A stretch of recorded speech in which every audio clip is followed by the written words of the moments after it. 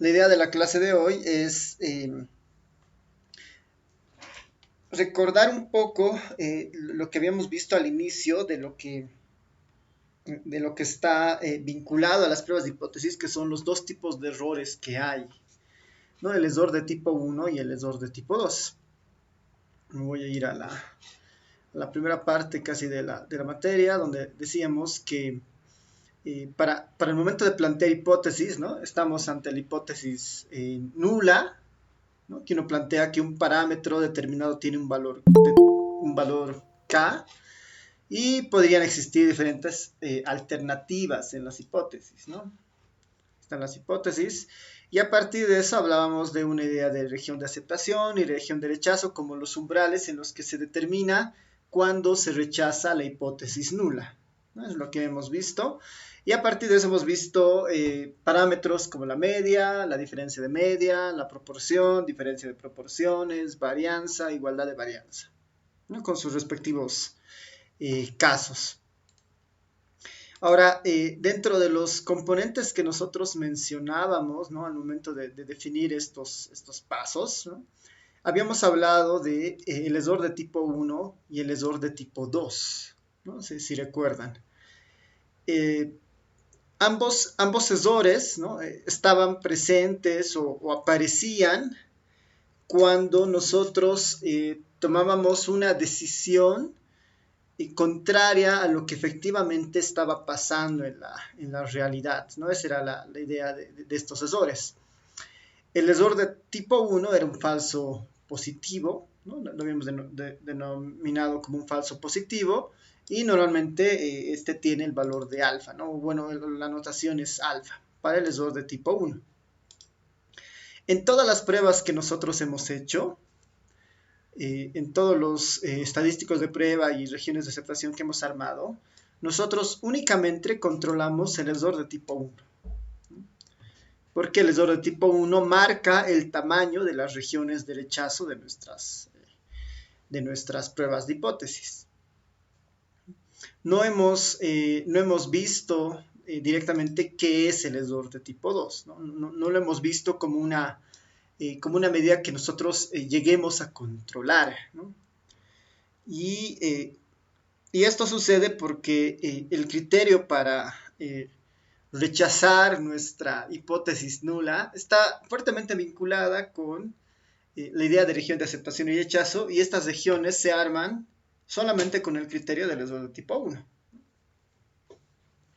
Ahora, la pregunta es dónde entra el error de tipo 2 o cómo nosotros podemos controlar o saber el error de tipo 2 que estamos cometiendo en algún estudio.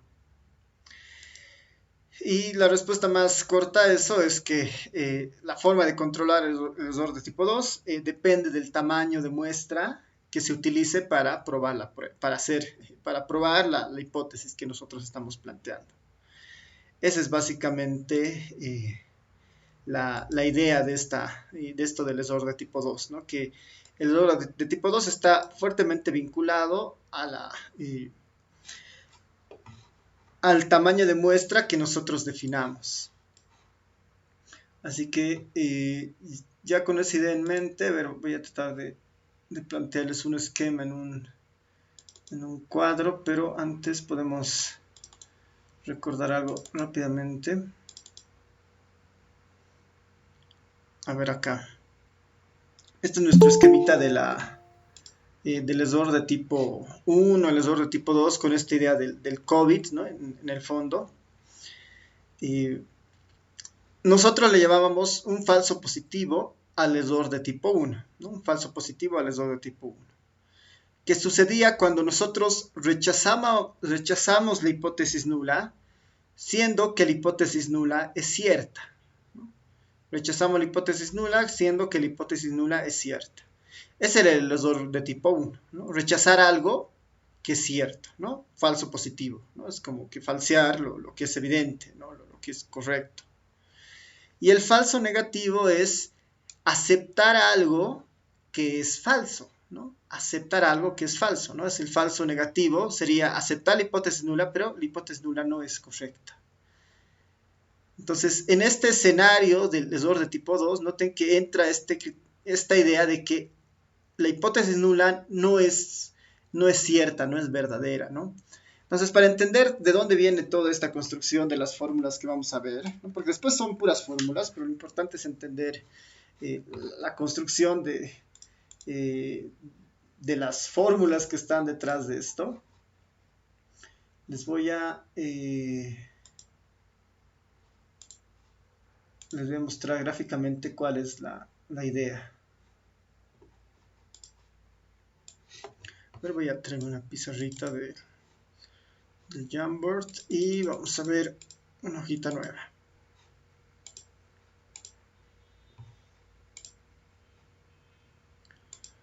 Ya, entonces, a manera un poco de recordar, ¿no? De recordar lo que nosotros tenemos. Vamos a ver el caso más general, ¿no? Que es el usual, ¿no? Tenemos la hipótesis nula, una hipótesis nula. Vamos a verlo para la media, ¿no? Para la media. Vamos a probar que la media toma un determinado valor μ0, ¿no? μ0. Esa es nuestra hipótesis nula. Yo la puedo contrastar versus la hipótesis alternativa, una de las más genéricas, que sería μ es distinto de μ0, ¿no? Es distinto de μ0. Si ustedes recuerdan, el estadístico de prueba para esto, ¿no? Asumiendo que la varianza es desconocida, ¿no? Ahí podemos poner, si quieren, sigma cuadrado o la varianza desconocida, para darnos una idea de dónde estamos, voy a poner varianza con varianza desconocida, ¿ya? Desconocida, con varianza desconocida y además con una muestra mayor a 30, por decir, ¿no? Nosotros podemos suponer que el estadístico de prueba es el z sub 0 y este z sub 0 tiene una forma como de una normal estándar, ¿no? Es básicamente lo que nosotros teníamos acá, ¿verdad? ¿Dónde estás, no? El z sub 0 es básicamente la medida de los datos, ¿no? Versus lo que estamos testeando sobre la varianza, ¿no? Como en este caso estamos suponiendo que la varianza es desconocida, entonces acá era x barra menos μ sub 0 dividido entre s cuadrado sobre la raíz cuadrada de n, ¿no? Ese era nuestro estadístico de prueba en este caso. Y nosotros, ¿no? A partir de todo esto, tomábamos algunos criterios para decidir, pero algo de lo más importante es que este z sub 0 se distribuía como una normal estándar, ¿no? Con media 0 y varianza 1, ¿no? Esta era una normal estándar, ¿no? Esta era una normal estándar y eso nos garantizaba de alguna manera que se rechazaba, ¿no? Si quieren, rechazamos la hipótesis nula cuando sucedía lo siguiente, ¿no? Cuando el z mayor,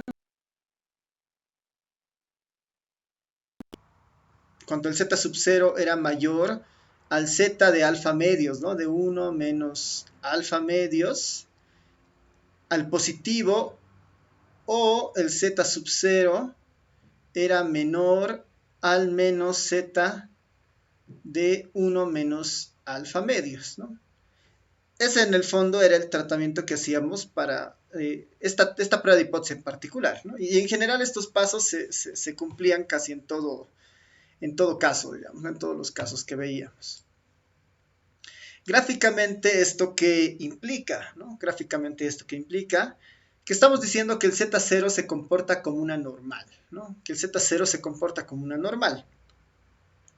Es decir, que nosotros tenemos la distribución del Z sub 0 más o menos de esta forma, ¿no?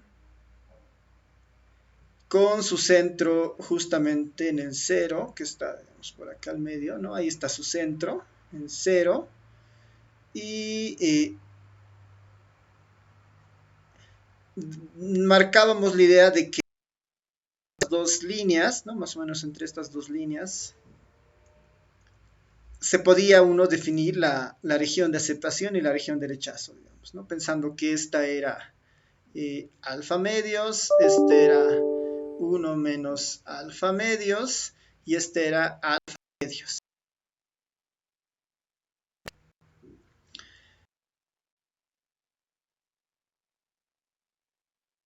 Es normal, con estas características. Nosotros vamos a encontrar un solo z sub 0 a partir de la muestra. Vamos a encontrar un punto de este z sub 0, ¿no? Ese punto lo vamos a evaluar y si justamente cae en esta zona, ¿no? Esta es la zona de aceptación, ¿no? Esta era la zona de aceptación, y estas dos de acá, la de rechazo, ¿no? También era la zona de rechazo también, ¿no? Rechazo. La zona de rechazo, rechazo, aceptación, ¿no? Eso es lo que hemos ido viendo y construyendo, reemplazando, y este esquema se puede repetir para todos los otros casos, ¿no? Para proporciones, diferencia de medias, ¿no? En todos los casos. Noten que en estas regiones, ¿no? Si el Z0, si el estadístico de prueba cae en esta región, rechazamos la hipótesis nula. Aquí rechazamos la hipótesis nula. Aquí también rechazamos la hipótesis nula. Solo en esta sección nosotros aceptamos, entre comillas, la hipótesis nula, ¿no? Rechazamos, rechazamos.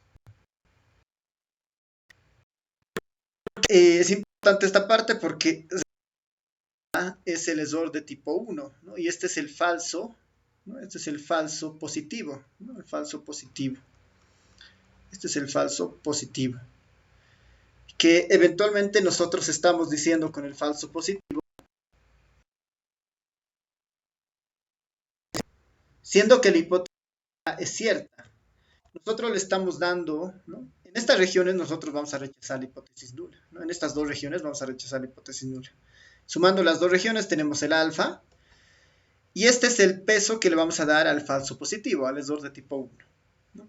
Si por alguna razón nuestro valor sale rechazado, y por ahí no era cierto, ¿no? Era cierta nuestra hipótesis nula, digamos, ¿no? Rechazamos la hipótesis nula siendo cierta, significa el falso positivo, ¿no? El falso positivo es rechazar la hipótesis nula cuando la hipótesis nula es verdadera.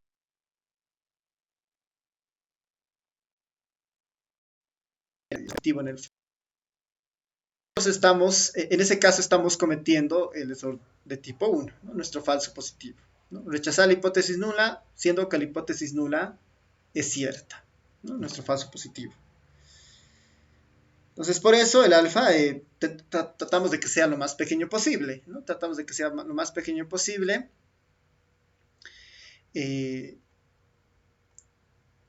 Tratamos de que sea lo más pequeño posible, pensando que nuestro error de tipo 1 es relativamente bajo, ¿no? Ahora, en todo este esquema, ¿dónde aparece el error de tipo 2? ¿No? En todo este esquema, la pregunta es, ¿dónde aparece el error de tipo 2? ¿No? ¿Dónde creen que se encuentra el error de tipo 2? Porque el error de tipo 2, el beta, la pregunta es, ¿dónde está el beta, ¿no? Que es el error de tipo 2. El error de tipo 2 para nosotros es el falso negativo, ¿no? Es el falso negativo, ahí está, el falso negativo, que es aceptar algo que es falso, ¿no? Aceptar algo que es falso, ¿no? El error de tipo 2, este es el falso negativo, ¿no? Este es el falso negativo, y significa aceptar la hipótesis nula, aceptar la hipótesis nula, en realidad es, ¿no? Aceptar la hipótesis nula cuando la hipótesis nula en realidad es falsa, ¿no? Aceptar la hipótesis nula cuando en realidad la hipótesis nula es falsa. Ahí está nuestra pregunta, es cómo nosotros introducimos esta idea gráficamente, ¿no? Para entender dónde está su probabilidad. Esta en el fondo es una probabilidad, ¿no? Según nuestro esquema debería ser una probabilidad, ¿no? Este beta es una probabilidad del fondo.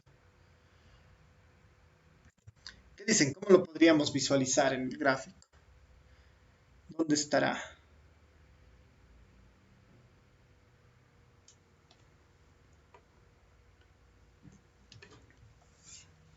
O antes del beta sub 0, no sé si hay preguntas, ¿se entiende? Algo que hay que explicar tal vez otra vez.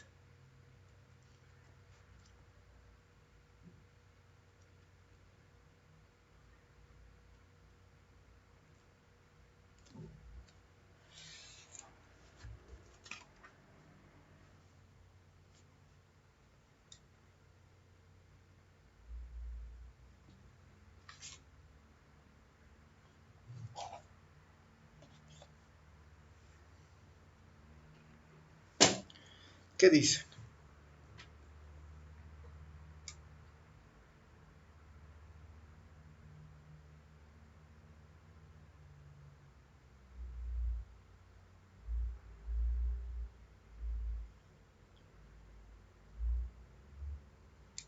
Ya, a ver, voy a irme a otra hojita.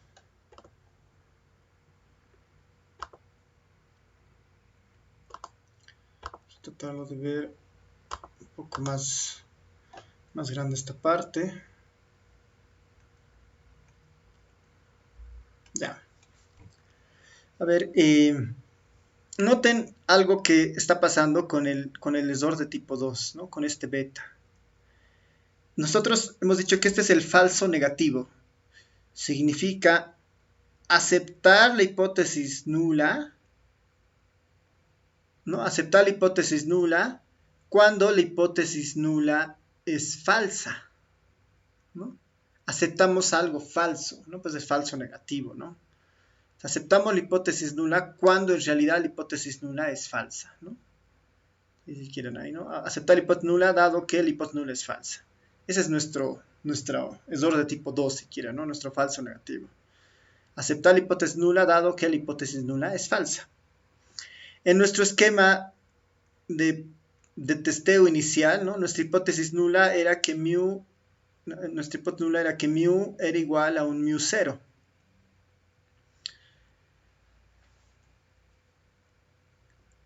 Y nuestra hipótesis alternativa era que mu es distinto a mu 0. Ahora, en este caso es algo que estamos diciendo que el error de tipo 2 es aceptar la hipótesis nula siendo que la hipótesis nula es falsa, ¿no? Siendo que la hipótesis nula es falsa. Si la hipótesis nula es falsa, ¿no? Si la hipótesis nula es falsa, ¿no? Si la hipótesis nula es falsa, entonces nosotros de alguna manera podemos considerar que la hipótesis alternativa era la verdadera, ¿no? Si la realidad marca que la hipótesis nula es falsa, entonces nosotros podríamos decir que la hipótesis alternativa es la correcta. Es decir, que la media no se comporta como mu 0, ¿no? La media del parámetro, ¿no? No es igual a mu 0, el parámetro no es mu 0, porque en la realidad dice que eso no es cierto. La realidad dice que la hipótesis alternativa es la correcta, ¿no? Es decir, que esta es la correcta, ¿no? Es decir, que la hipótesis alternativa, perdón, nos plantea que esto sí es cierto, ¿no? Ahora, esto nosotros lo podemos un poco reescribir para entender mejor esta parte, ¿no? Esta parte de la hipótesis alternativa. Yo lo voy a reescribir de otra manera, ¿no? Esta idea de que es distinto de mu 0. Para que esto se entienda un poco mejor, si yo digo que la hipótesis alternativa es la verdadera, significa que su media no está en mu 0, ¿no? Su centro no está en mu 0 de la distribución, ¿no? Su centro no está en mu 0. Su centro por ahí se encuentra, ¿no? Es decir, mu, el verdadero valor del parámetro, capaz que sea mu 0, pero más algo, más un valor de algo, ¿no? Yo le voy a poner ahí ese valor de algo, le voy a llamar delta, ¿no? Le voy a llamar delta. Entonces, esto es equivalente al anterior, ¿no? A decir, bueno, si no es igual a mu 0, entonces tiene que ser igual a mu 0 más algo, ¿no? Más un valor que hace que se rechace la hipótesis nula, digamos, ¿no? Esto en el sentido de que este delta es mayor a 0, digamos, ¿no? Pensaremos que este delta es mayor a 0. Entonces, esto es lo que estaría ocurriendo, ¿no? La hipótesis alternativa es la correcta, ¿no? La hipótesis alternativa es la correcta. si pensamos en el error de tipo 2, en el fondo, lo que nos dice es esto, ¿no? De que si estamos aceptando algo que es falso, entonces significa que lo real es que la hipótesis alternativa era correcta, ¿no? Y la hipótesis alternativa correcta significa que el mu0 en realidad es la media de la población, el mu en realidad es igual a mu0 más algo, digamos, ¿no? Más algo. Gráficamente esto lo podemos tratar de ver un poco de este estilo. Con esta idea, en nuestra estadística, bueno, en nuestra medida tradicional, voy a poner ahí nuestra... A ver. Voy a tratar de dibujar la región de aceptación y rechazo. Ahí, ¿no? Este era nuestro estadístico de prueba. ¿No? Nuestro estadístico de prueba nos plantea algo, ¿no? Antes de entrar al beta, nuestro estadístico de prueba nos plantea que este estadístico de prueba, si fuera correcto, se distribuye normal con media 0 y varianza 1, ¿no? ¿Qué sucede si h sub 0 es verdadera, ¿no?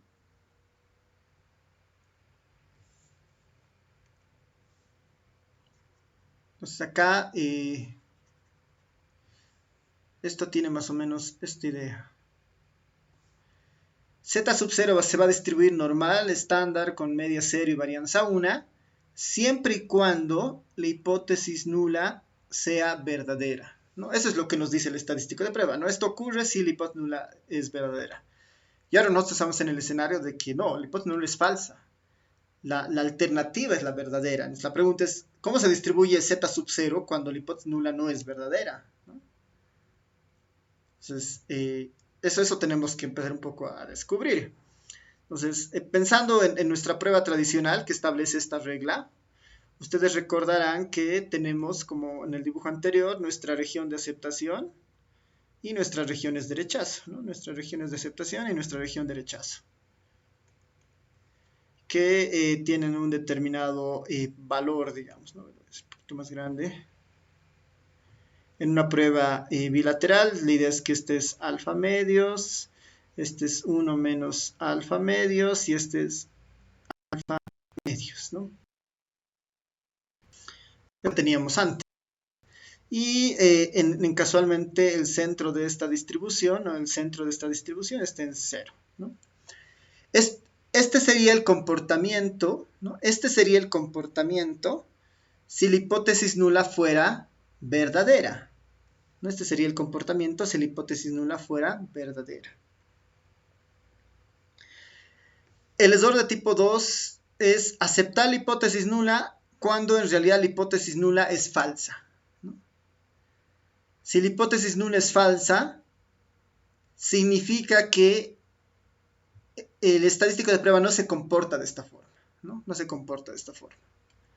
¿Cómo se comportará ese estadístico de prueba, digamos? Le voy a llamar un Z sub 0 sombrerito, digamos, ¿no? Un Z sub 0 asterisco, digamos, ¿no?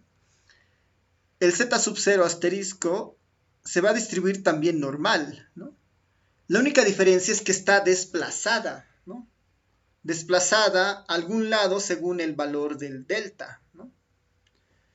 Ahorita vamos a ver exactamente qué tipo de normal es, ¿no? Esta sucedería si la hipótesis nula es falsa.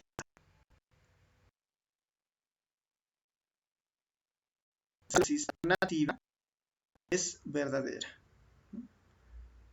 Si la hipótesis nula es falsa, tiene que haber otra distribución normal, digamos, ¿no? que esté sucediendo en el fondo. Y lo que nos plantea que la hipótesis alternativa es cierta, ¿no? Entonces, en el fondo estamos nosotros diciendo que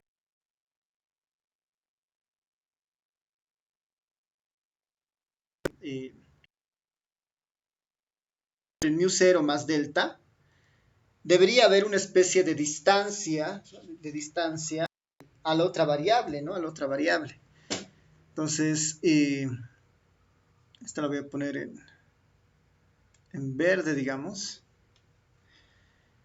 La otra distribución, pensando que el delta es positivo, igual es una normal, ¿no? Solamente que está desplazada con relación al delta. Podemos pensar que aquí está el centro de la otra distribución, ¿no? Aquí está el centro de la otra distribución. Ahorita vamos a ver, aquí es igual a su valor. Debería ser una normal exactamente igual a la anterior, solo que la característica de esta es que su centro está desplazado, ¿no? Su centro está desplazado.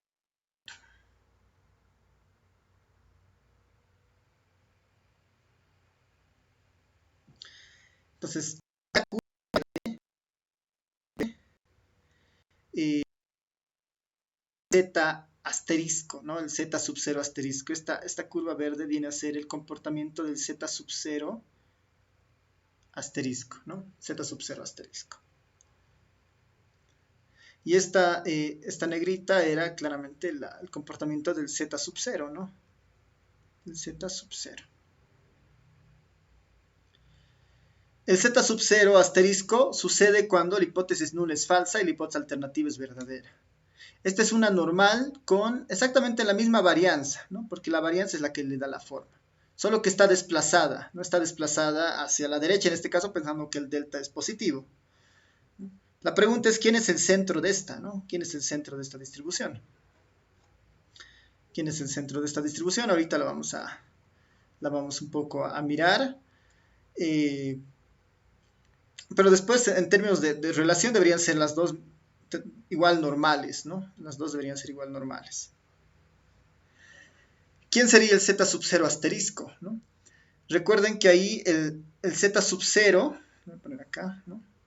El Z sub 0 nacía cuando la hipótesis nula es cierta y esta era una especie de estandarización, ¿no? Mu menos mu 0 dividido entre, perdón, a ver aquí, ahora sí. Este era x barra menos mu 0 dividido entre sigma cuadrado sobre raíz de n, ¿no? Esto era si z sub 0 era, esto era si la hipótesis nula era verdadera, así se comportaba el z0, ¿no? Con una media en mu 0 y varianza de este estilo, ¿no? ¿Qué pasará con el z sub 0 asterisco, ¿no? Z sub 0 asterisco.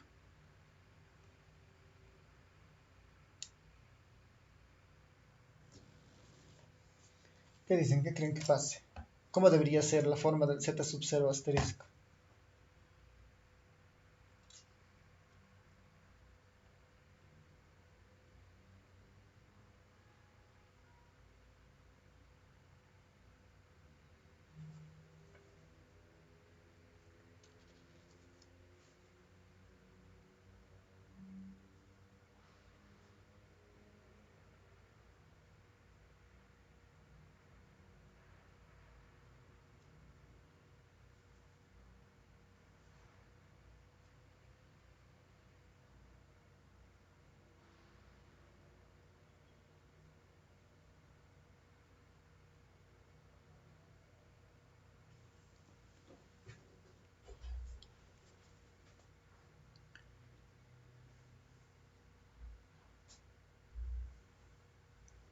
¿Alguien?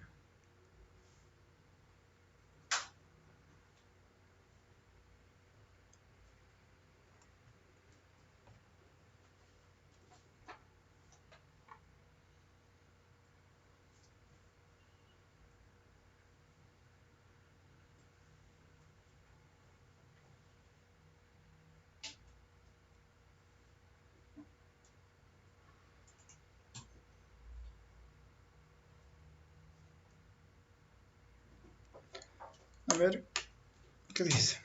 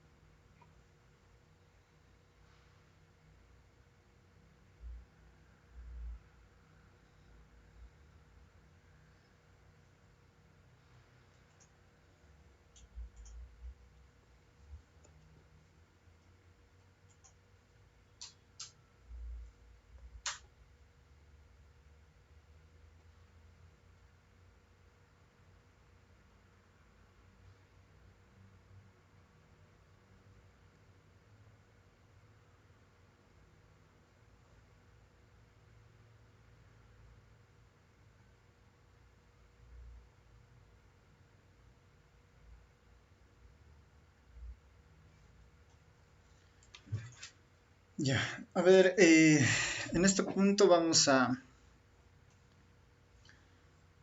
recordar una cosa.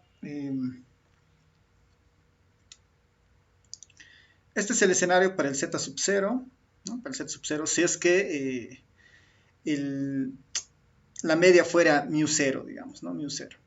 Ahora, nosotros como tenemos la certeza, si quieren, de que la hipótesis alternativa es cierta, ¿no? La hipótesis alternativa es cierta. Acá nosotros usábamos la media, ¿no? Aquí usábamos nosotros la media como un estimador de mu, ¿no? Como un estimador de mu. Entonces aquí lo que nosotros podemos hacer es, dado que tenemos esa información, ¿no? Para el Z asterisco, dado que nosotros tenemos esa información, nosotros vamos a decir, el mu, al final, el mu de la población,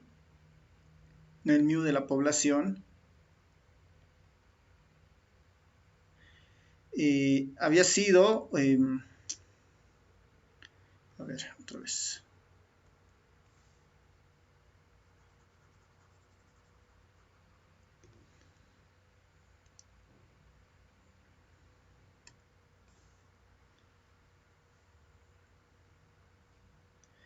Aquí el centro de nuestra distribución debería verse justamente acá. A ver, puedo utilizar está bien, el estadístico de prueba, menos el mu 0 más el delta, ¿no? Más el delta, mu 0 más el delta, dividido entre sigma cuadrado sobre n, ¿no? Perdón, aquí es sigma nomás, ¿no?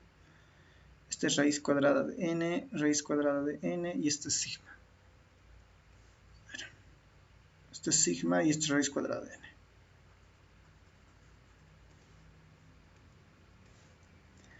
Este es sigma cuadrado, perdón.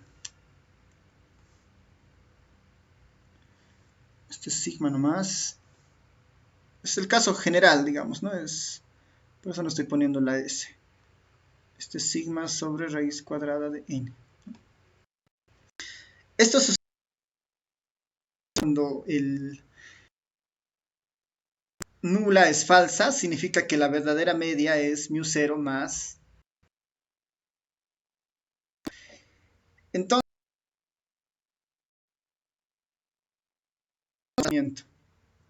aquí esto lo podemos separar en dos pedazos, ¿no? Esto de acá lo podemos separar en dos pedazos para que se vea bien. Esto lo voy a separar en dos pedazos.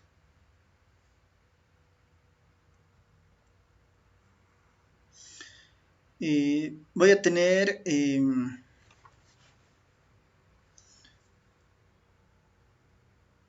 tener más o menos esta idea, ¿no? Voy a tener x barra menos mu 0.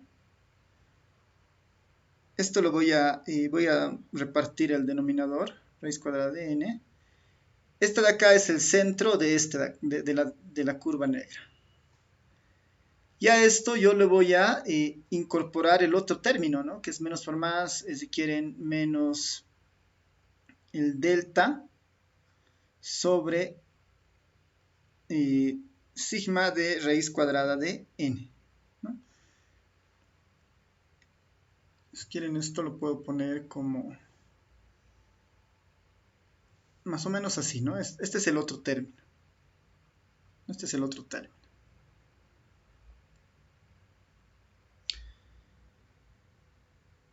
De acá lo importante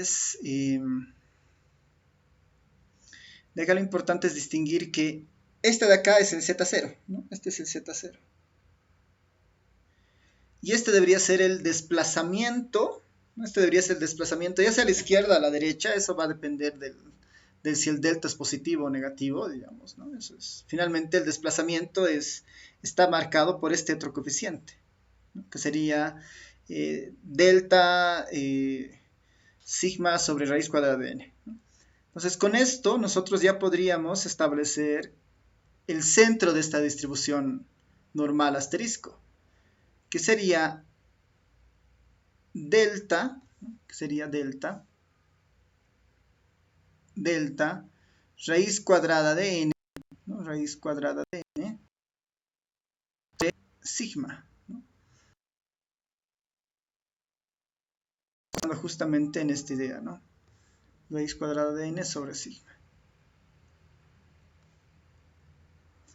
Porque esta la tenemos que ver como un desplazamiento, ¿no? Ya sea a la izquierda o a la derecha, ahora estamos viendo un solo lado, ¿no? Es a la izquierda o a la derecha. Entonces, estamos en el escenario de que este desplazamiento de acá tiene su centro en delta raíz cuadrada de n sobre sigma. Ahí está el desplazamiento, ¿no? Ahí está el desplazamiento.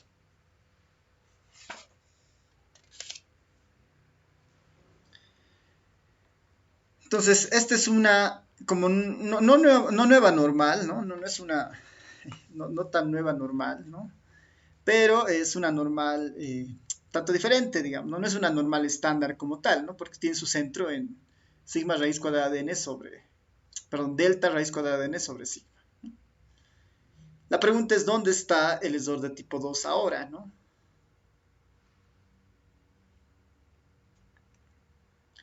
El ESOR de tipo 1 están justamente acá, ¿no? Estas sombras este es el ESOR de tipo 1, ¿no? Esta área amarilla es el ESOR de tipo 1, esta otra área amarilla es el ESOR de tipo 1 también, ¿no? Que es rechazar la hipótesis.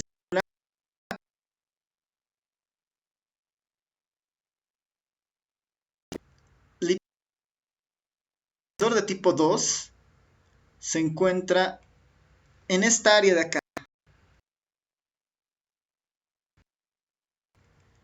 Todo el área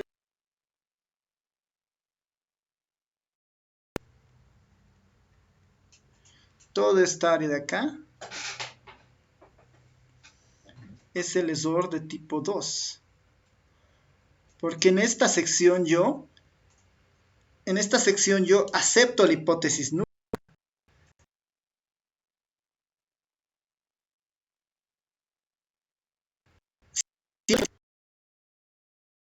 En esta sección yo tendría lo que es el ESOR de tipo 2, nuestro beta, ¿no? Nuestro beta. Si yo trazo, si es que fuera el del viceversa, ¿no?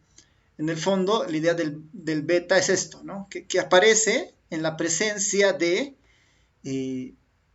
un desplazamiento del delta, ¿no? De la distribución que nosotros estamos mirando, ¿no? Ahí aparece precisamente este ESOR de tipo 2, ¿no? Porque en toda esta región nosotros vamos a aceptar la hipótesis nula, pero si no es cierta, ¿no? Si no es cierta la hipótesis nula, ¿no? Es falsa, entonces estamos ante la presencia de este z sub 0 asterisco, ¿no? Y esa área es esta de acá, es el beta, ¿no? Entonces, la pregunta acá es ¿cómo yo construyo al beta, ¿no? ¿Cómo yo construyo al beta? ¿Cómo yo calculo este beta, ¿no? Y obviamente la forma de las curvas van a estar sumamente vinculadas al tamaño de muestra. Por más que yo tenga, datos muy, muy raros, digamos, muy dispersos, algo que nos enseña el teorema del límite central es que a mayor cantidad de muestra, ¿no? A mayor cantidad de muestra, estas curvas lo que van a hacer es achatarse, ¿no? Se van a cerrar al torno de su media, ¿no? Si tengo más muestra, ¿no? Para la media, por ejemplo, esto se va a ir achatando cada vez más, ¿no? Alrededor de su origen, ¿no? A medida de que tenga más y más muestras, ¿no?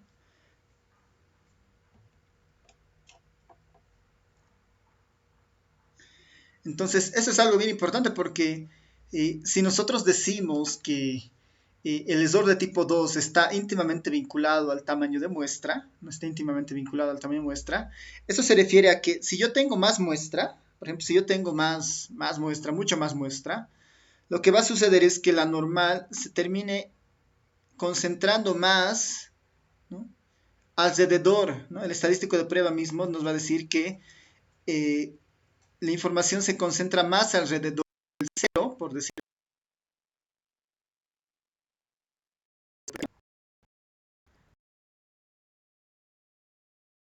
distribución del z sub 0 asterisco a mayor muestra, también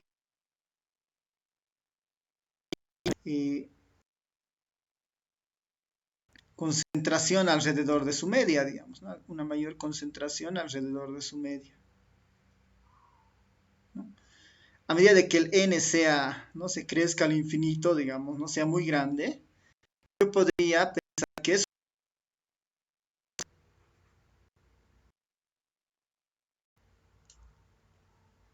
yo podría pensar, a ver, por esto.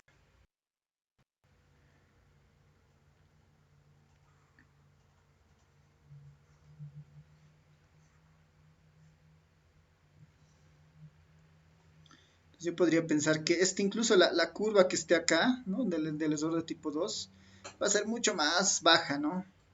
Porque la forma de son exactamente iguales.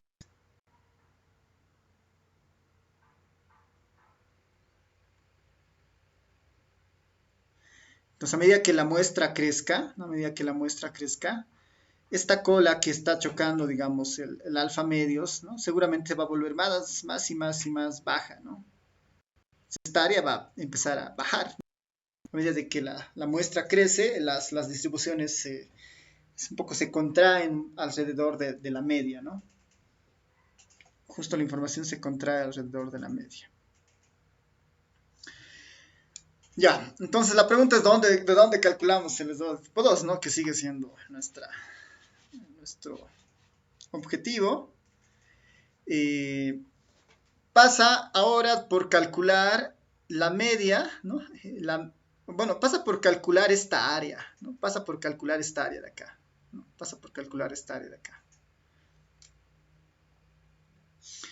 Que en el fondo es como el área de entre el z de alfa medios menos el z de... Aquí no se olviden que para la normal estándar, ¿no? Para la normal estándar, exactamente este punto de acá es el z de...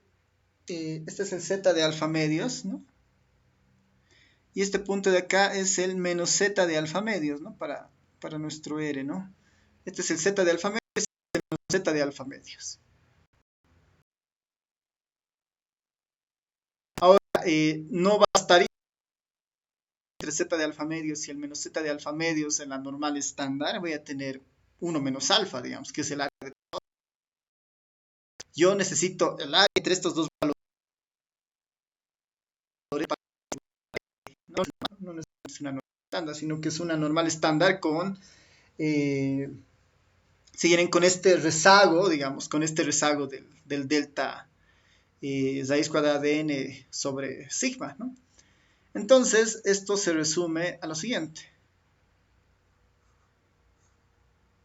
A ver, voy a irme a otra hojita. Vamos a terminar anotando que finalmente el beta, que es el error de tipo 2, debería ser el valor de tablas, ¿no? El phi de tablas de una normal, entre del valor más grande, ¿no? Del valor más grande, que en este caso es el z de alfa medios, el z de alfa medios, del z de alfa medios, perdón. ¿Qué pasa con esto? Del z de alfa medios, ahora sí, ¿no? Menos el desplazamiento, ¿no? Porque hay un movimiento de la normal, que sería el delta raíz cuadrada de n sobre sigma. Esto está permitiendo usar, digamos, la normal estándar porque le estamos como restando el promedio, ¿no? No se olviden que para estandarizar le restamos el promedio y le dividimos entre su media, ¿no? Perdón, le restamos el promedio y le dividimos entre su varianza. La varianza de esta sigue siendo 1 porque esta sigue siendo su varianza 1, ¿no? Le estamos restando el promedio. El promedio es este, ¿no? Ese sería el punto de acá, menos este otro punto, ¿no? Menos el z de alfa medios, ¿no? A esto le tengo que restar el phi de tablas de z de menos alfa medios con el desplazamiento delta de raíz cuadrada.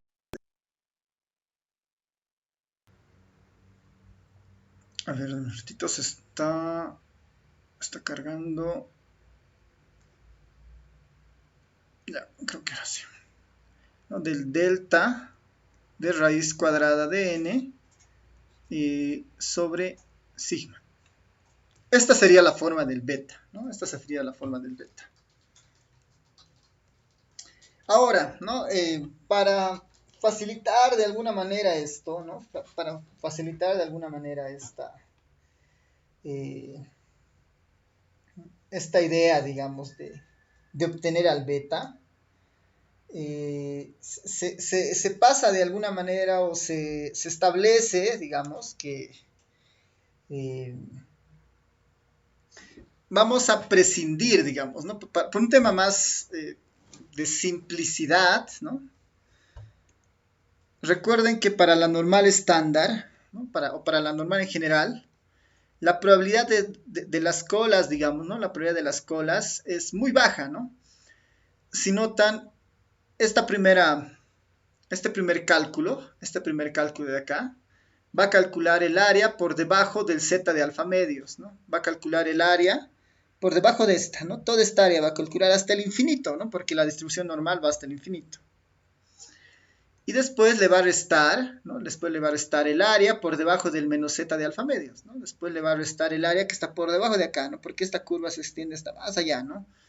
Entonces, para calcular esta área de acá, entre estos dos valores, primero tiene que calcular toda esta área y después cortarle este pedazo, digamos, ¿no?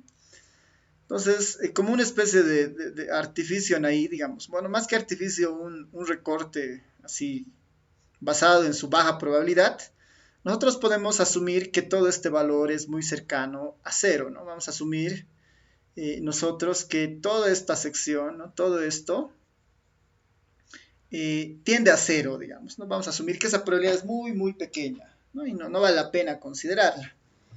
Entonces, por eso vamos a decir que el beta, ¿no? Voy a volver al negrito, el beta es básicamente, ¿no? Lo vamos a aproximar solamente con esto, ¿no? Con el z de alfa medios menos delta raíz cuadrada de n de sigma, ¿no? Vamos a aproximar simplemente con esa expresión. Lo vamos a acercar simplemente que con esa expresión, ¿no? Suponiendo que esto es muy, muy, muy pequeño, ¿no? Que se acerca bastante al cero.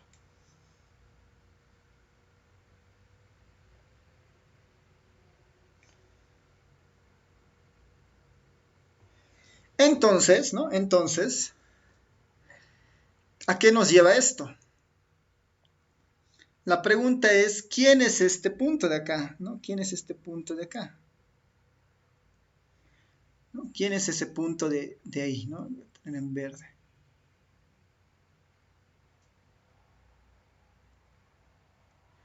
Pensando en la curva verde, ¿no? Pensando en la curva verde, ¿no?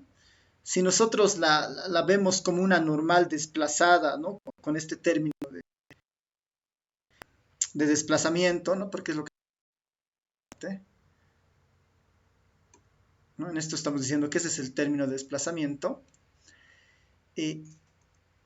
Este valor de acá, ¿no? Este valor de acá, para la curva verde, ¿no? Para la curva verde, vendría a ser por el mismo tema de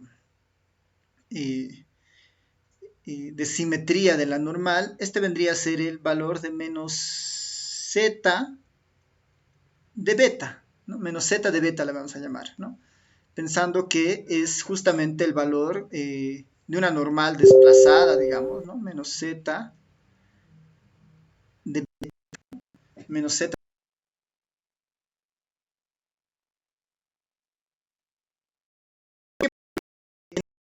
Punto z de alfa medios, porque el z de alfa medios es para una normal centrada en cero, ¿no? Este z de beta es para una normal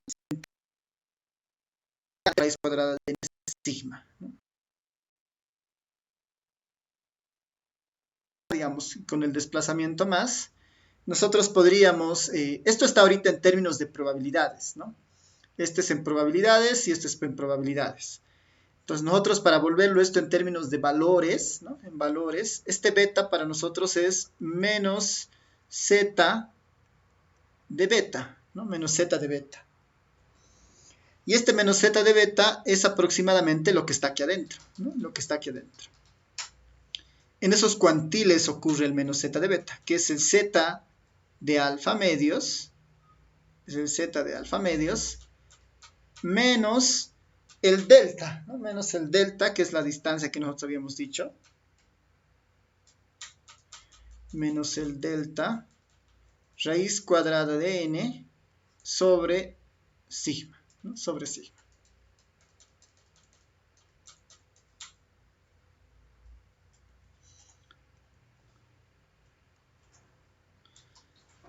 Esto es porque esto es como las probabilidades, ¿no? Esto está en términos de las probabilidades, es como en el R, ¿no? Cuando nosotros podemos utilizar el PQ, perdón, el P-norm para encontrar las probabilidades. Y está el Q-norm para encontrar los cuantiles o las posiciones. Esto está en términos de probabilidades, ¿no? La equivalencia en términos de probabilidades, ¿no? Beta es equivalente a esta área. Y esto está en términos de cuantiles, ¿no? Esto está en términos de cuantiles. Cuantiles. Este cuantil es equivalente a este cuantil, ¿no? Que es cierto, ¿no? Pues porque estamos diciendo que el z beta de la distribución normal desplazada esta equivale a este valor, a este punto exactamente, ¿no? Y este punto es el z de alfa medios, digamos, incluyendo el desplazamiento. Ahí. Entonces, como ya tenemos esta pseudo igualdad, digamos, ¿no? Porque esto es posible gracias a este supuesto de que esto es cero, nosotros podemos despejar el n de esta ecuación, digamos, porque si se dan cuenta, yo puedo controlar el z de alfa medios, yo puedo decir cuánto error de tipo 1 voy a tolerar, ¿no? No se recuerden que ahí es 5%, 1%, 10%, yo controlo este. Ahora yo también voy a poder controlar el error de tipo 2 que voy a soportar, ¿no? Quiero un error de tipo 2 máximo del 10%, del 5%, del 20%, ¿no? Según el beta que encuentre. Este es el z de tablas de la normal así estándar, ¿no? Porque ya está incluido el desplazamiento, ¿no? Por esta relación. Y acá tengo otros términos, ¿no? Tengo el sigma, que ese puede ser un dato conocido, lo puedo estimar con la muestra, así que no tengo control sobre el sigma. Y el delta, que es lo que yo espero alejarme del valor real, digamos, ¿no? El delta tampoco yo lo puedo, bueno, no se lo puede estimar de otro lado, o sea, igual lo puedo yo controlar de alguna manera, digamos, ¿no?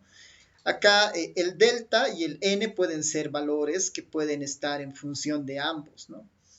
Para tener una idea de cuál es el valor de delta que se alcanza con un determinado valor de tamaño muestral, o cuál es el valor del tamaño muestral para encontrar un determinado delta, ¿no? Saber acá lo que yo les voy a pedir es dos cosas para entender esa parte que les digo. A ver, pues bueno, les voy a pedir dos cosas de esta formulita. Quisiera que despejen esto, ¿no? Despejen esto para n, ¿no? ¿Cuál es la forma de n? Si despejan esto de acá, ¿no? ¿Cuál es la forma de n? Y en otro lado quisiera que me digan cuál es la forma de delta, ¿no? Despejar delta de esta ecuación, digamos, ¿no? Asumiendo que ya esto es básicamente nuestra igualdad, digamos, ¿no? ¿Cuál es la forma de n y cuál es la forma de delta? Pero son sobre las cuales podemos tener algo de control, ¿no? Porque nosotros vamos a decir cuánta muestra va a salir, y también nosotros podríamos decir cuánta diferencia vamos a encontrar con una determinada muestra, ¿no?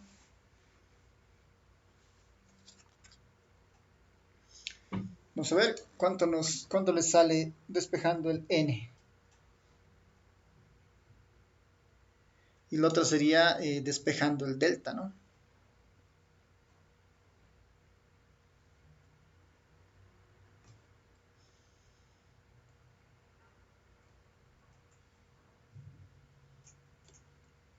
A ver, unos 2 minutitos para esa parte.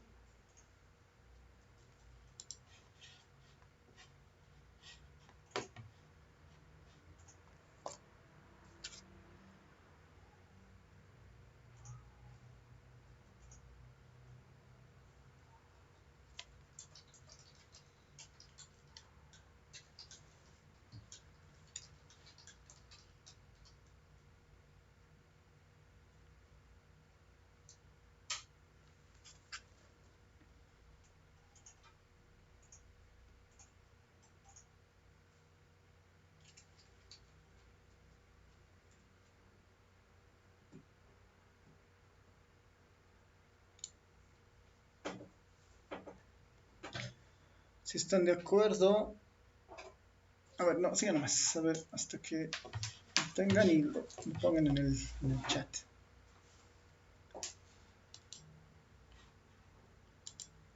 Súper, súper, creo que ya está. Entonces, en el primer caso es relativamente sencillo porque es una... bueno, hay que elevar ambos términos al cuadrado, pero llegaríamos a algo así, ¿no? Z de alfa medios más el z de beta, todo esto elevado al cuadrado, multiplicado por... incluso este sigma podría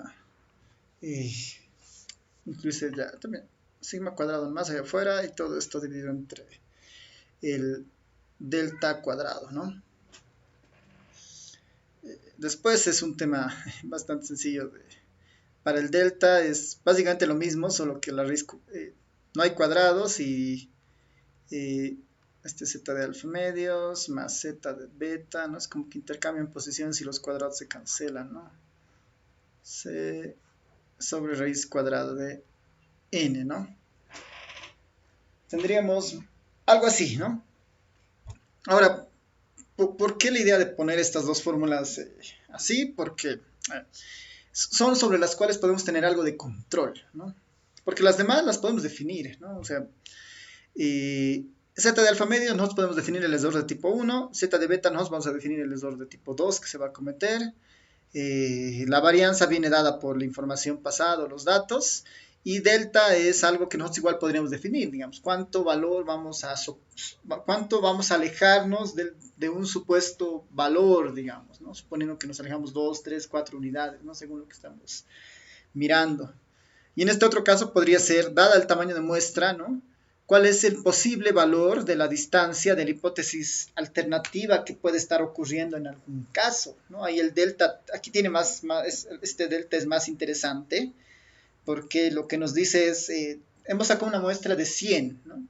Con una muestra de tamaño 100, con una significancia del 5 y con un poder del 10 y con tal variabilidad, cuál es la distancia del valor real, ¿no? que todavía podemos nosotros descubrir algún tipo de cambio o efecto, ¿no?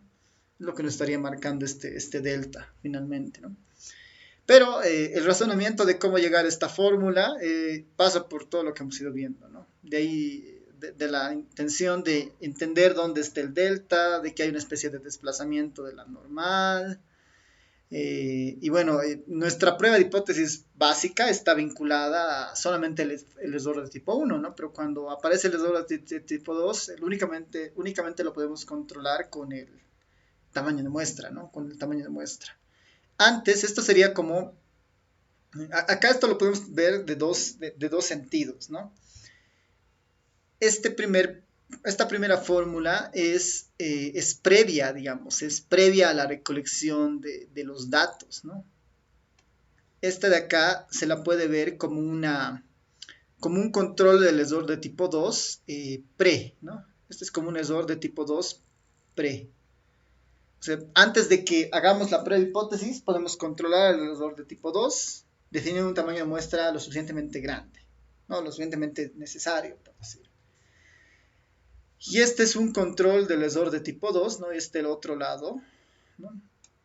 Este otro lado podría ser un error de tipo 2 post, ¿no? Ya hemos sacado el tamaño de muestra con algunos criterios y queremos ver cuán larga o cuán larga es el valor que puede tomar nuestra hipótesis alternativa, ¿no? Este puede ser un control post, digamos, ¿no? Un control post. Todo esto en el entendido de que nuestro delta, ¿no? Aquí lo voy a poner, no hay que olvidarse que nuestro delta puede verse como el valor absoluto entre el mu, ¿no? El valor absoluto entre el mu 0, o bueno, lo voy a plantear mejor. Este delta es, si quieren,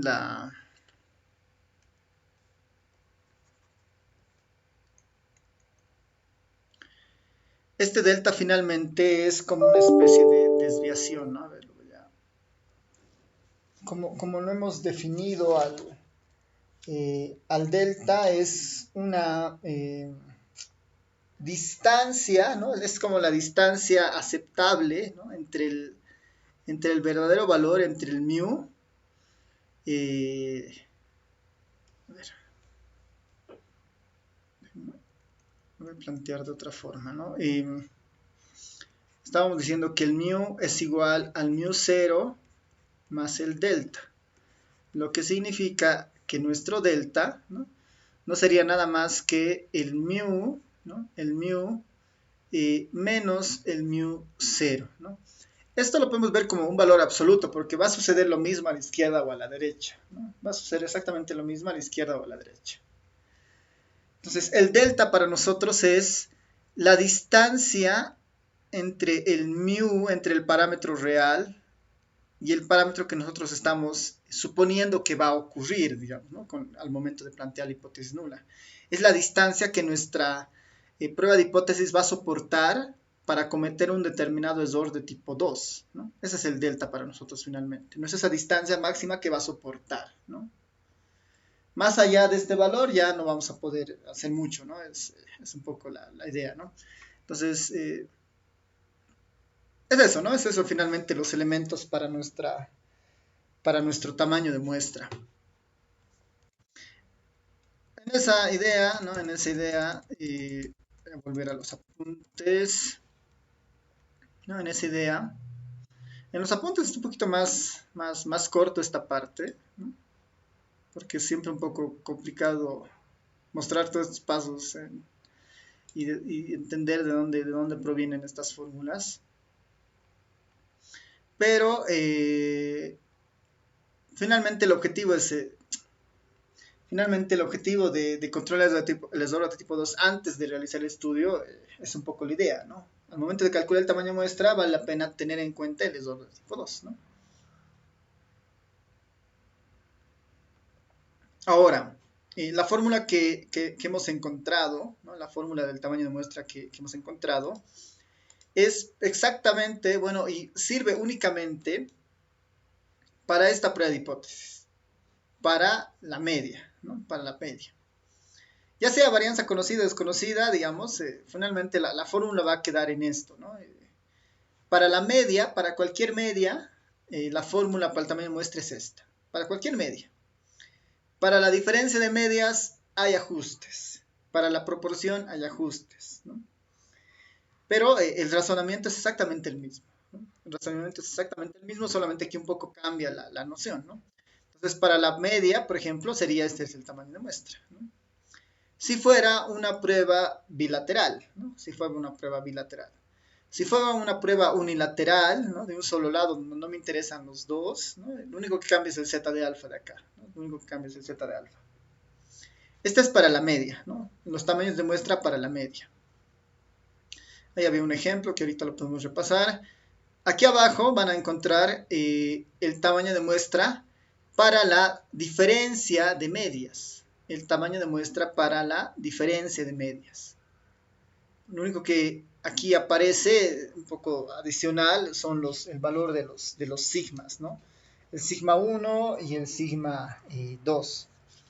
Incluso para la diferencia de medias, cuando son poblaciones básicamente iguales, uno podría pensar que estos sigmas finalmente son iguales, ¿no? Y uno podría poner 2 veces sigma, ¿no? 2 veces sigma.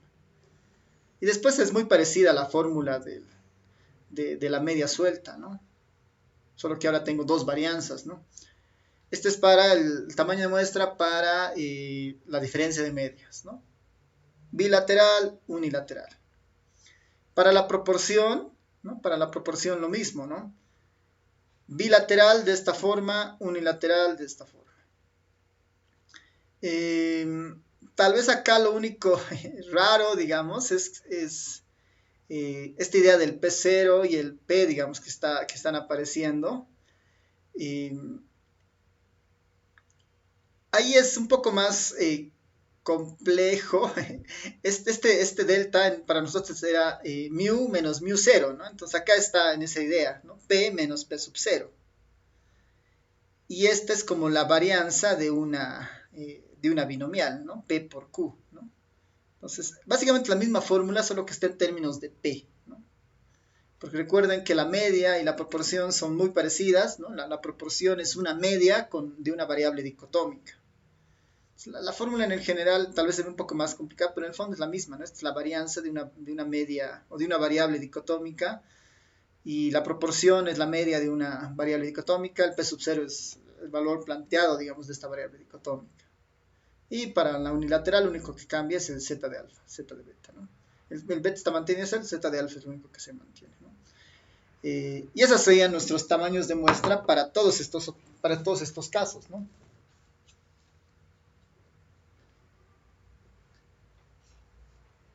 Tal vez lo que quedaría un poco pendiente,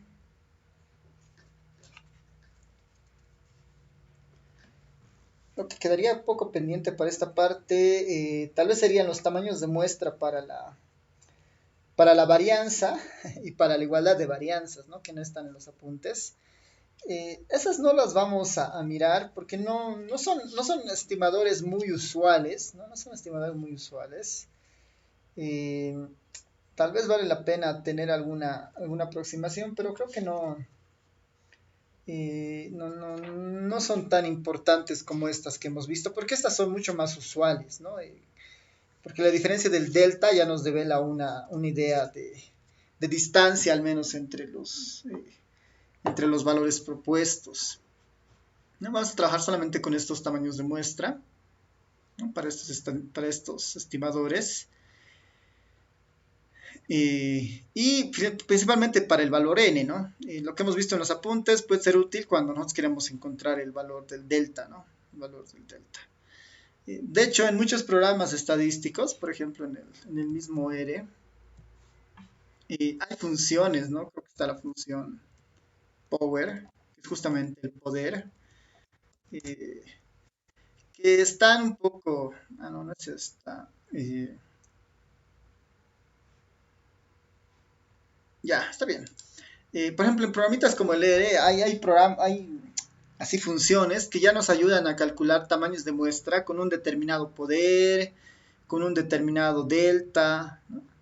Entonces, y a veces incluso hay programas que ya nos devuelven, ¿no? El tamaño de muestra dada algunas características, el tamaño del delta dada algunas características, o incluso el valor del poder dado algunas características, ¿no? Porque de aquí igual nosotros podríamos emplazar o sea, despejar el z de beta que ya está aquí reemplazado, ¿no?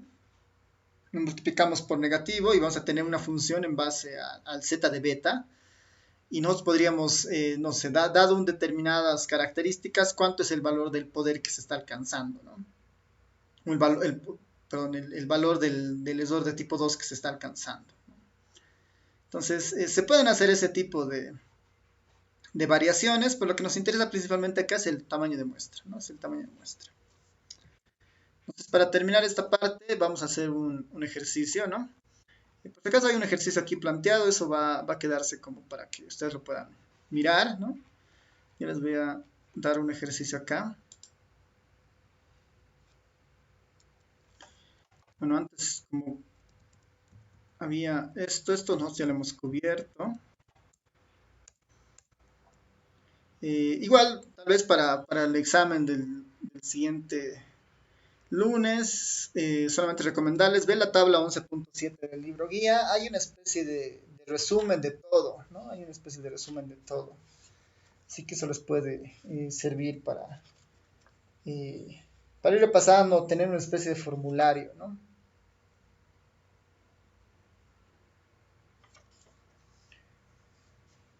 Así que eso como recomendaciones o tareas, para que vayan viendo, puedes funcionar, revisar los ejercicios que hay en el libro guía. Eh, y bueno, el tamaño muestra para la diferencia de proporciones, que creo que igual no lo hemos puesto acá, es igual puede quedar como tarea, ¿no?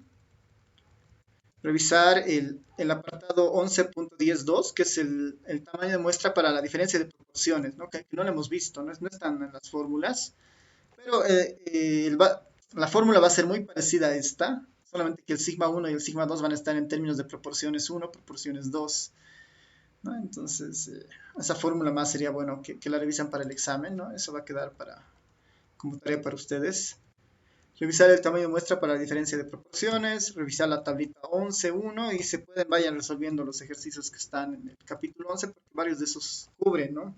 Lo que hemos ido viendo, salvo los de bondad de ajuste, que es un tema que no estaba contemplado, pero sí se desarrolla en ese capítulo, en el texto, ¿no? Salvo ese, no es necesario. Veremos un ejercicio para esta parte.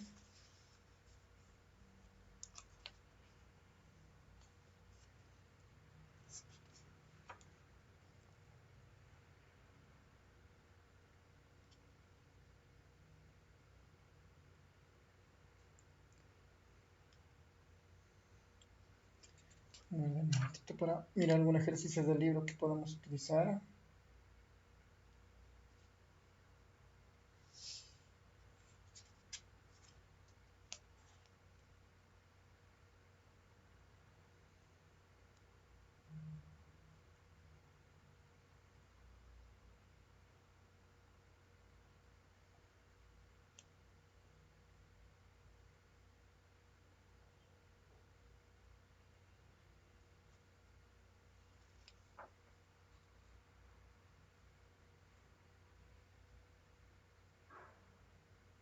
Ya, esto podemos hacer. El 11.17 está interesante, como un ejercicio.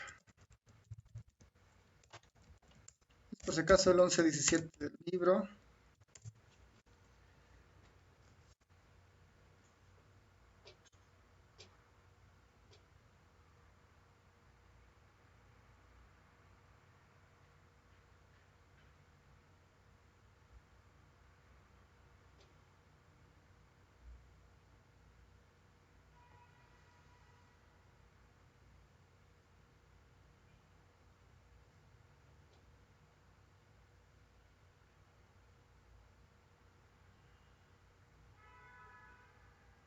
Ya, está bien. El 11.17 nos dice...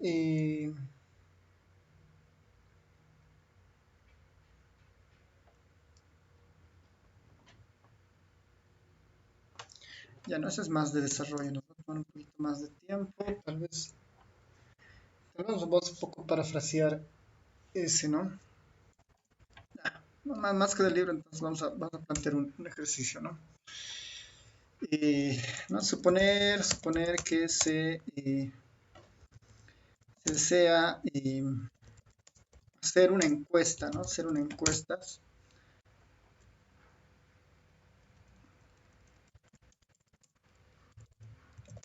Se busca realizar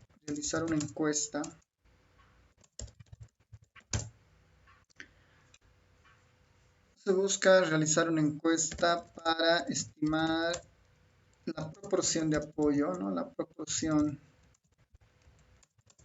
de apoyo a un candidato, ¿no? Un candidato para la elección en un municipio, ¿no? En un municipio. Se busca realizar una encuesta para estimar la proporción de apoyo a un candidato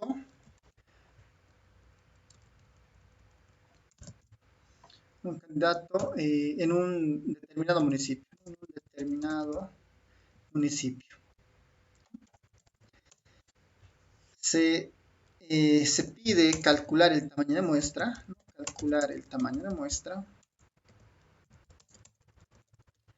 pide calcular el tamaño de muestra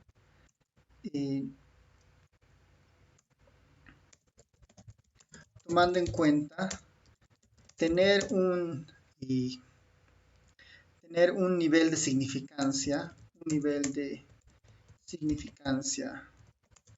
del 5%, un poder del 20%,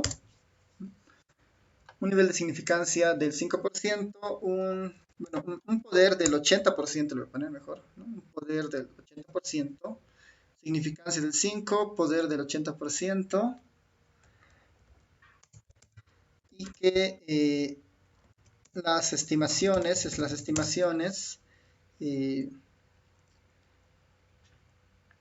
sean válidas, no sean válidas hasta una diferencia, sean válidas hasta una diferencia del, voy a poner 9%.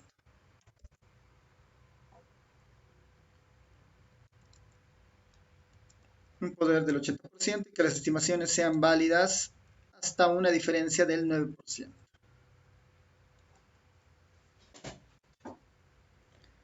Hasta una diferencia del 9%.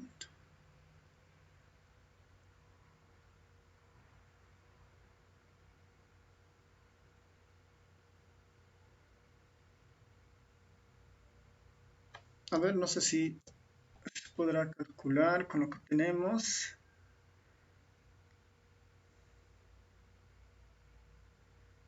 ¿Qué más se requiere?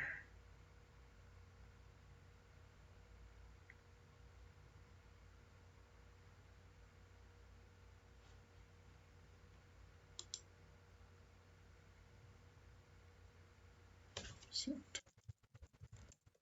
Suponer que la varianza, ¿no? Suponer que la varianza son iguales, ¿no? Suponer que las varianzas son iguales.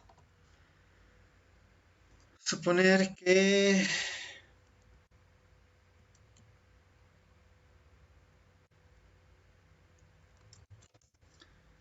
a ver, hasta ahí. Veríamos y vamos viendo qué es lo que nos falta como información.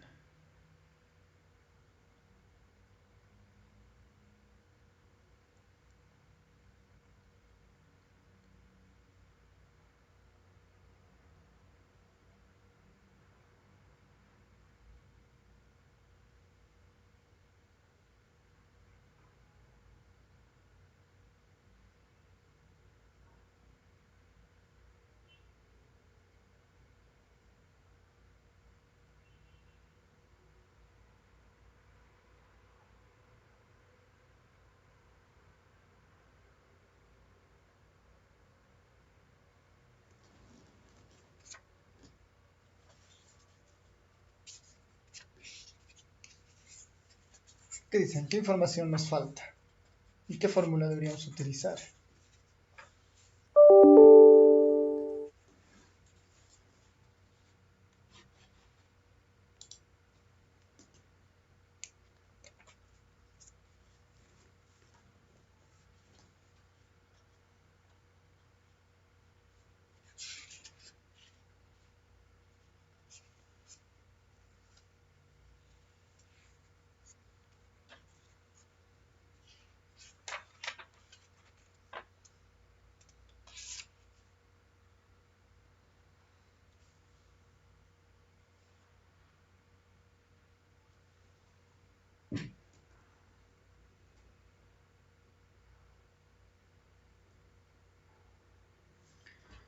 Debemos utilizar exactamente la formulita que está aquí arriba, ¿no?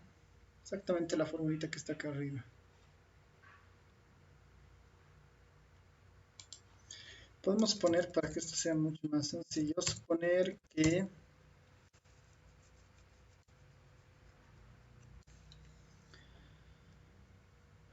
voy a poner acá esta raíz cuadrada, ¿no? Esta SQRT de esta raíz cuadrada de P sub 0 multiplicado por 1 menos P, ¿no? Por 1 menos P sub 0, que es este término que está acá, ¿no? Suponer que eso es exactamente igual, ¿no? Es exactamente igual al otro valor, ¿no? Esto es equivalente a decir que las varianzas son de la hipótesis nula y el valor de la población son iguales, ¿no? Suponer que P sub 0 por 1 menos P sub 0 igual a P por 1 menos P son exactamente iguales y su valor, por decir, es de, vamos a tomar un valor así muy genérico, 0.5 por 0.5, no recuerdo de esto, ¿no? Está bien, 0.5, para que sea muy volátil, ¿no? Poner que P sub 0, 1 menos P sub 0 y P por 1 menos P es igual a 0.5. ¿No? Vamos a suponer que todo esto de acá es 0.5, que todo esto de acá es 0.5.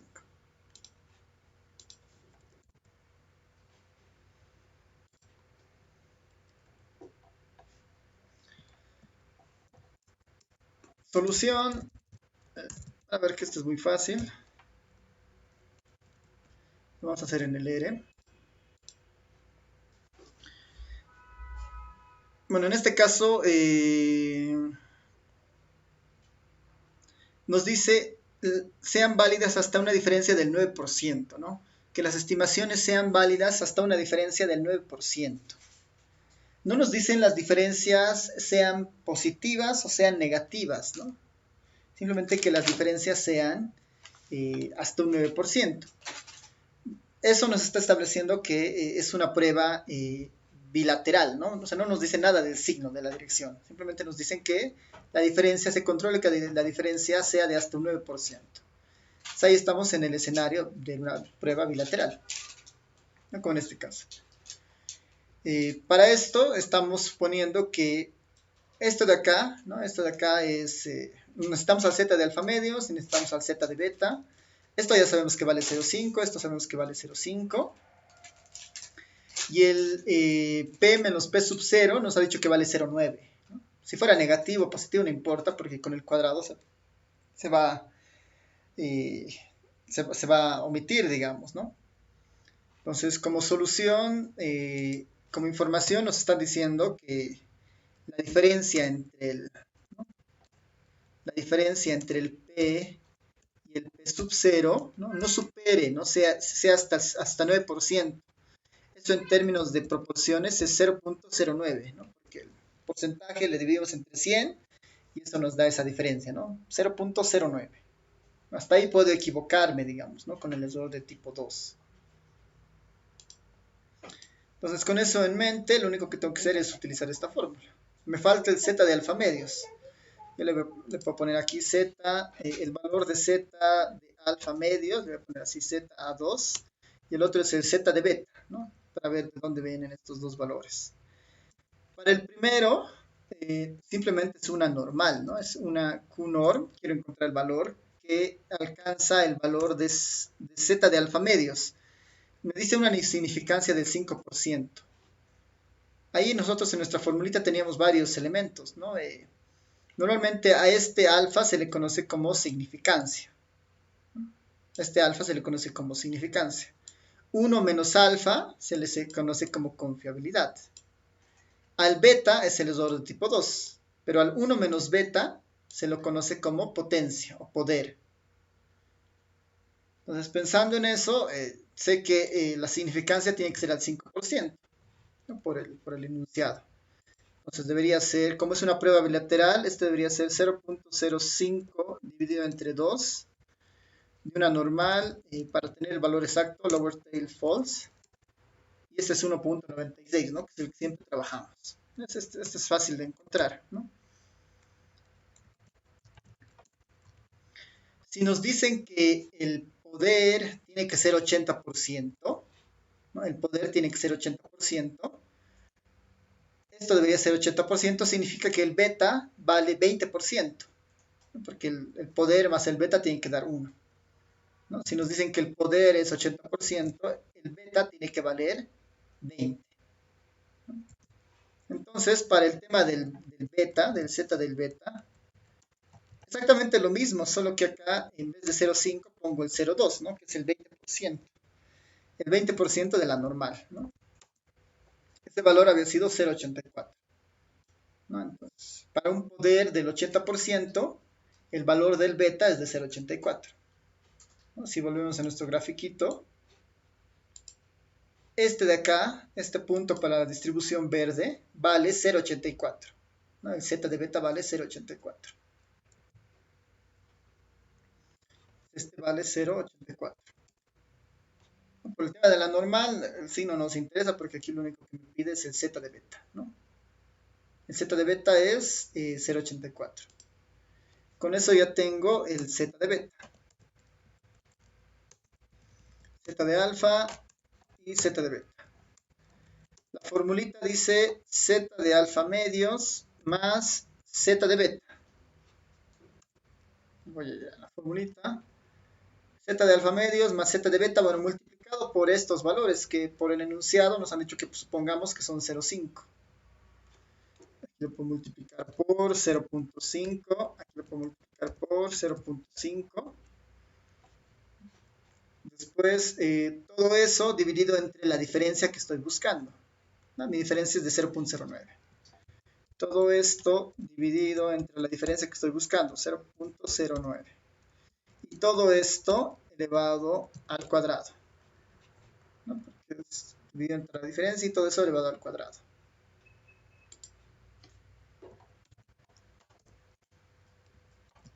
Este es mi tamaño de muestra. Lo calculo y mi tamaño de muestra había sido de 242, ¿no? Necesito 242 individuos para verificar, para tener un ESOR de tipo 1 del 5%, un ESOR de tipo 2 del 20%, y bueno, pensar que no me estoy alejando, digamos, demasiado, no me estoy alejando hasta 9% del verdadero valor, ¿no? Me estoy alejando hasta 9% del verdadero valor. Eso está controlando ¿no? Me estoy alejando hasta 9% del verdadero valor en un ESOR de tipo 2. Noten que acá voy a mostrarles algo. Noten que si yo a este valor lo vuelvo más grande, ¿no? Lo voy a volver 40, 0.40. Me quiero alejar hasta 0.40. El tamaño de muestra va a ser muy pequeño, 12, ¿no? Porque es poco probable, digamos, que te alejes tanto del verdadero valor, digamos, ¿no? Pero sí, mientras esta distancia es más pequeña, ¿no? Hasta 1% me quiero alejar, digamos, hasta 1% me quiero alejar. Ahí el tamaño de muestra va a explotar, ¿no? Hasta 1% es 19,622, digamos, ¿no? Una muestra de 19,000 personas. Para unas elecciones, esto es crucial, digamos, porque si estuviera muy reñido las elecciones por alguna razón, ¿no? Y hay una diferencia del 1%, ¿no? Entre un candidato y otro, por decir, ¿no? O sea, no sabemos si tenemos 40%, por si no sabemos si tenemos 50% o tenemos 51%, ¿no? Si tenemos 50, vamos a segunda vuelta, si tenemos 51, por decir, hemos ganado. Entonces, si estoy muy cercano en una encuesta, digamos, ¿no? de boca de urna o algo al 50%, necesito muestras muy grandes para realmente garantizar que, que no me estoy equivocando, digamos, ¿no? Porque podría poner la prueba de hipótesis es que el valor es mayor a 50, ¿no? Para que eso sea cierto, necesitas una muestra de 19,000 datos para contrastar y verificar que eso es cierto. Entonces, si son muestras pequeñas, digamos, de 1000, puedes, por ejemplo, ¿no? Vamos a poner 0,5, 784, ¿no? Vamos a ponerle 6, tal vez, no, vamos a bajar un 4. Normalmente las encuestas tienen 1000 personas, más o menos, ¿no? Con 1000 personas, en realidad puede haber un error de fondo de tipo error de tipo 2, ¿no? De hasta 4%, ¿no? De hasta 4%. Es decir, que al verdadero valor, tal vez hace 4% a la derecha o a la izquierda, es el verdadero valor, digamos, ¿no? Y nos puede estar dando una ilusión falsa, ¿no? Entonces, ya tenemos ahí el ejercicio. Como ven, es básicamente reemplazar la formulita con los valores y ya tenemos un tamaño de muestra dado, digamos, ¿no? Simplemente como una apreciación de acá, el valor del poder o del ESOR de tipo 2 más usual es del 80%, ¿no? Hay incluso hasta 90%. ¿Por qué se utilizan esos? Porque son así como los recomendados, y además no se recomienda tener ESOR de tipos 2 muy grandes, ¿no? Porque vean, digamos, ¿qué pasa si yo a mi ESOR de tipo 2 le digo, quiero mismo ESOR de tipo 1, mismo ESOR de tipo 2? 5% bilateral, 5% ESOR de tipo 2. Y todo se mantiene igual. El tamaño de muestra ha crecido a 401, ¿no? Casi se ha doblado, digamos, ¿no? 150 unidades más, digamos, para conseguir esto, ¿no? Entonces, el ESOR de tipo 2, mientras más lo bajemos, obviamente el tamaño de muestra va a crecer, ¿no? Le pongo 1% en el ESOR de tipo 2, ¿no? 567, ¿no? Entonces, por eso ahí, digamos, a veces el 80 tal vez no es, perdón, el 0,2 parece alto, pero es un poco aceptable todavía, ¿no? no genera mucho ruido al momento de calcular tamaño de muestra. A veces para que estudios un poco más sensibles el 10% está bien también, ¿no? Al 10% es 324, ¿no? Han subido 70 unidades casi, 80 unidades casi del valor con un poder del 80, ¿no? Entonces, el más usual, así en ciencias económicas, sociales, es de 0,2, ¿no? En ciencias de salud, esta sí es mucho más baja, ¿no? Normalmente en ciencias de salud, este es pues 0,00001, digamos así, con 5 ceros, y el poder va con 2 ceros, ¿no? Para medicinas, ¿no? Estudios clínicos, ¿no? Porque ahí el error de tipo 1 y el error de tipo 2 son tasas de mortalidad en el fondo, ¿no? Mientras para algo social y económico es un poquito más llevadero, digamos, ¿no? Ya, preguntas, comentarios.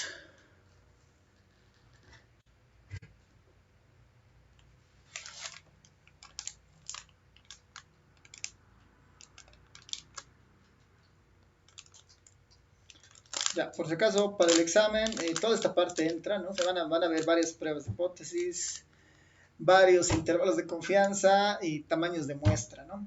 En esto de tamaños de muestra tienen que distinguir dos tamaños de muestra que hemos visto en los dos últimos temas. Uno, vinculados al ESDOR de tipo 1, ESDOR de tipo 2, que están relacionados a pruebas de hipótesis.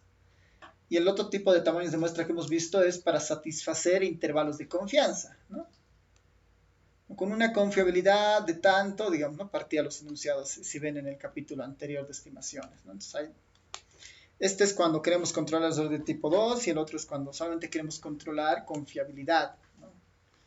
Este incluso es más fuerte porque este controla confiabilidad, ¿no? Con el Z de alfa y además controla el ESOR del tipo 2, ¿no? Esta fórmula es un poco más fuerte, ¿no? No se utiliza tanto porque es un poco más sofisticada, pero es la más completa, ¿no? Así que el examen por si acaso es hasta esta parte. Y bueno, oficialmente con esto terminamos el avance de la materia y lo que nos quedarían son puros exámenes, ¿no? Así que les voy a mandar por si acaso recordatorios al Telegram, pero el día lunes es nuestro examen, misma modalidad del primer parcial, van a haber 10 versiones de exámenes según su número de carnet, varias preguntas con opciones múltiples, ¿no? Les voy a pedir también, como el anterior, ¿no? Según algunos ejercicios me puedan enviar sus respaldos, ¿no? De algunos ejercicios, así que vayan tomando notas.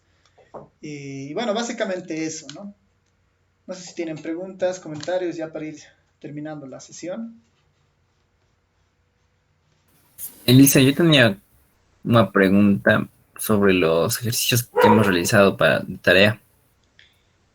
Y es que eran fáciles de realizar, los he realizado, pero los incisos B, digamos, decían cuál es el porcentaje de que esto se cumpla o algo así. Y la verdad que eso, si no recuerdo mal, teníamos que verlo con usted. Allá.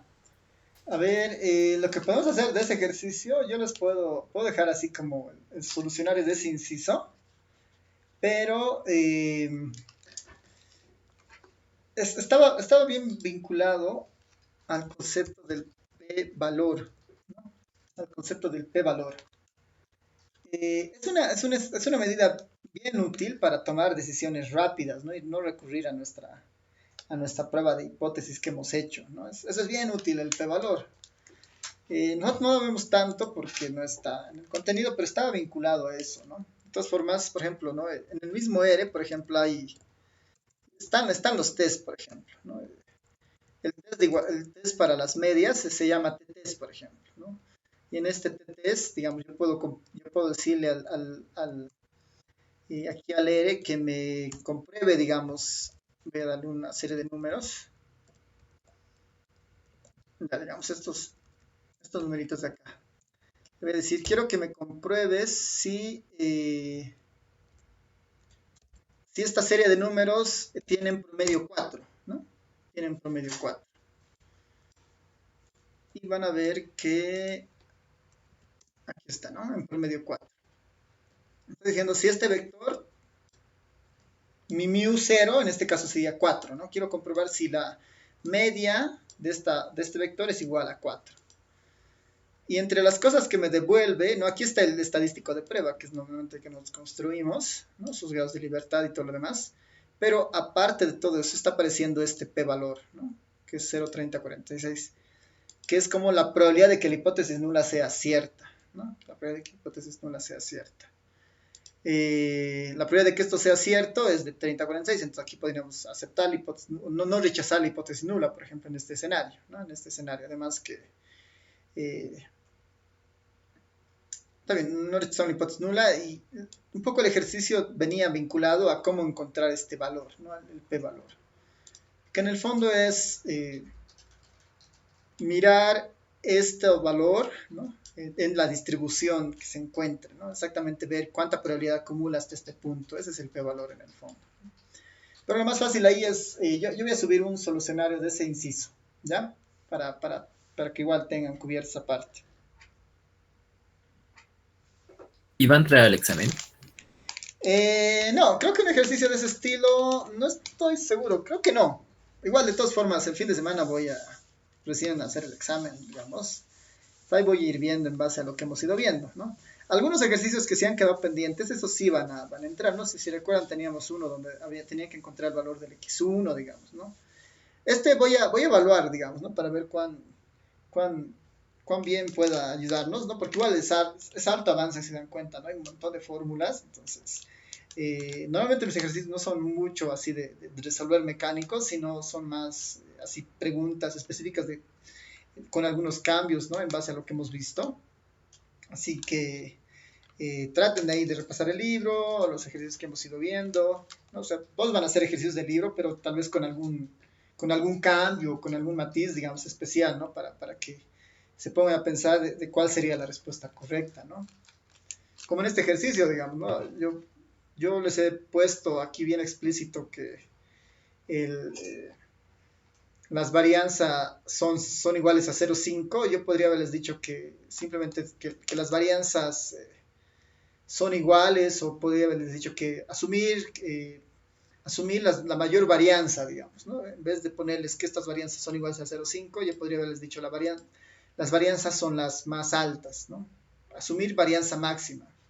Entonces, ¿en qué momento se vuelven estas varianzas máximas? Si recuerdan del capítulo 3, es cuando P es igual a 0,5, ¿no? Eso. ¿Cuánto tiempo van a tener para el examen? Voy a ver, ¿no? Porque ahí depende, ¿no? O sea, si son 10 ejercicios, por decir, va a ser una hora, digamos, ¿no? Máximo, ¿no? 1 hora y 20, 1 hora y 10, ¿no? Normalmente o sea, lo ideal para este tipo de ejercicios deberían ser 5 minutos por pregunta, ¿no? 5 minutos por pregunta.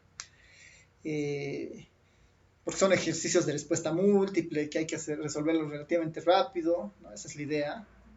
Si fueran 10 preguntas, deberían ser 50 minutos, ¿no? Más el tiempo de entrada, de llenado, todo eso debería ser máximo 1 hora, ¿no?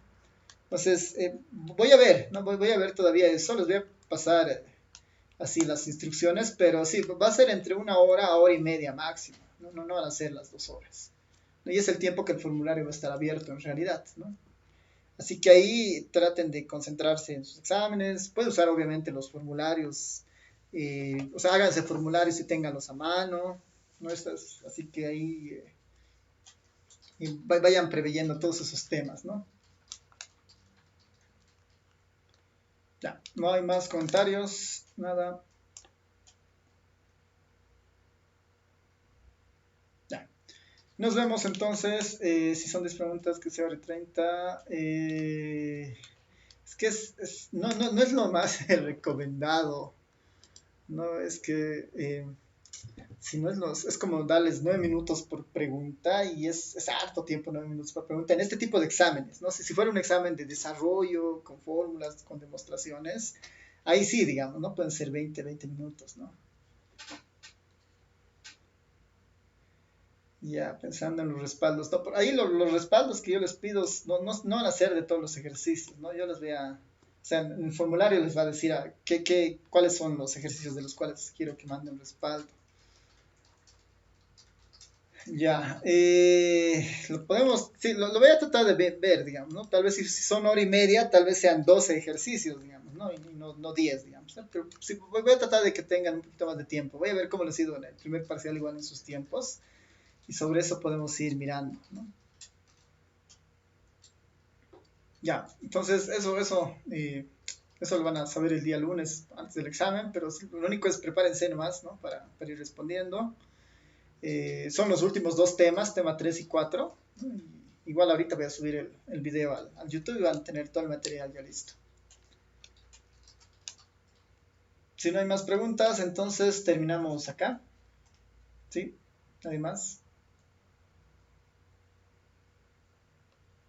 Ya. Súper. Nos vemos entonces hasta el día lunes directamente al examen. Y voy a ponerlo por si acaso en el Classroom y también en el Telegram para que estén alerta. Nos vemos. Chao a todos, a todas. Chao, chao.